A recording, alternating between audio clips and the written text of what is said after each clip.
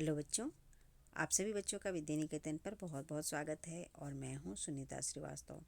बच्चों चलिए आज हम एक और पत्र आज लिखेंगे और आज का हमारा जो पत्र है वह है समय का महत्व बताते हुए छोटी बहन को पत्र लिखिए। तो यहाँ पे शीर्षक बदल भी सकता है आपके एग्जामिनेशन में, जैसे कि समय का महत्व बताते हुए अपने मित्र को पत्र लिखिए या अपने छोटे भाई को पत्र लिखिए। तो हम बिल्कुल इसी तरह से लिखेंगे जैसा कि हम यहाँ पर लिख रहे हैं। कुछ शब्दों का हेरफेर होगा, बट लिखेंगे हम बिल्कुल ऐसे ही। तो जैसा कि मैंने आपको बताया था कि पत्र दो तरह के होते हैं, अनौपचारिक पत्र और औपचारिक पत्र। तो अनौपचारिक पत्र घरेलू या पारिवारिक पत्र होते हैं जिनमें हम मित्र या भाई बहन या माता पिता, दादा दादी, नाना नानी को लिखते हैं, जिनमें हम निमंत्रण देते हैं, निमंत्रण के बारे में लिखा होता है, या हम किसी को कोई सूचना देते हैं या संदेश होता है उनमें। तो इन सभी को हम अनौपचारिक पत्र के अंतर्गत रखते हैं।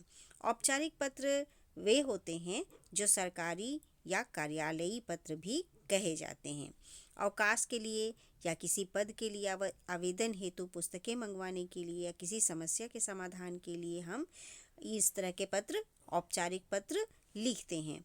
पत्र लिखते समय हमें कई बातों का ध्यान भी रखना चाहिए, जैसे कि हम जब पत्र लिखते हैं तो सबसे ऊपर बाईं ओर अपना पता लिखते हैं। ठीक है, हम जहाँ से पत्र लिख रहे हैं वह जगह लिखते हैं। इसके बाद पत्र लिखने की हम तिथि लिखते हैं। यदि औपचारिक पत्र हम लिख रहे हैं तो जिसे हम पत्र लिख रहे हैं उसका संबोधन और पूरा पता और उसकी तिथि भी हमें ज़रूर लिखनी चाहिए। फिर विषय बदलकर पत्र लिखने का कारण लिखना चाहिए।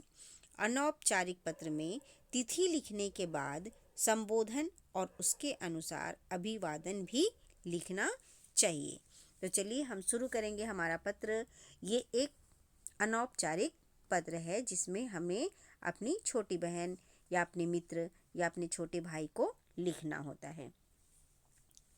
तो हम सबसे पहले शुरू करेंगे अपने मेरी जो छोटी बहन है या जो मेरा मित्र है उसका नाम। तो यहाँ पे लिखा है जैसे कि प्रिय मंजू। तो आप अपने मित्र का या जिसको भी लिख रहे हो तो आप इस यहाँ पर उनका नाम लिखें। इसके बाद हम लिखेंगे आशीर्वाद। आज ही माता जी का पत्र मिला जिससे पता चला कि वे तुम्हारे द्वारा समय पर काम ना करने को लेकर काफ़ी परेशान हैं। बहन, यह विद्यार्थी जीवन ही एक ऐसा समय है जब तुम समय का सदुपयोग करके उज्जवल भविष्य के सपने देख सकते हो। तो यहाँ पर एक बड़ी बहन या एक बड़ा भाई अपनी छोटी बहन को समझा रहा है कि समय का सदुपयोग कैसे करना चाहिए हमें। अपना काम समय पर करने वाले लोग ही सफलता प्राप्त करते हैं। कहा भी गया है कि बीता समय कभी भी लौटकर वापस नहीं आता, इसलिए तुम अपने सभी कार्य समय पर किया करो।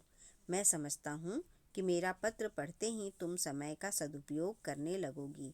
ऐसा करने से तुम सबकी प्रिय बन जाओगी। तो यहाँ जब हम उनको सभी बातें बता देते हैं कि किस तरह से समय का सदुपयोग हमें करना चाहिए, समय कितना मूल्यवान है, तो हम आखिर में जब पत्र हम समाप्त कर रहे होते हैं तब हमें लिखना होता है कि से सब कुशल है, माताजी और पिताजी को प्रणाम और मोहित को मेरा प्यार कहना। इसके बाद तुम्हारा भाई या बहन जो भी लिख रहे हों वो लिखेंगे और सबसे अंत में हम लिखेंगे क ख ग, या आप अपना नाम भी लिख सकते हैं। तो इस तरह से हम ये पत्र पूरा कर सकते हैं। तो इसी तरह से आप भी अपने इस पत्र को पूरा कीजिए और अपने एग्ज़ामिनेशन की तैयारी कीजिए। थैंक यू बच्चों, मिलते हैं अगले पत्र में, अगले निबंध में। Thank you and bye.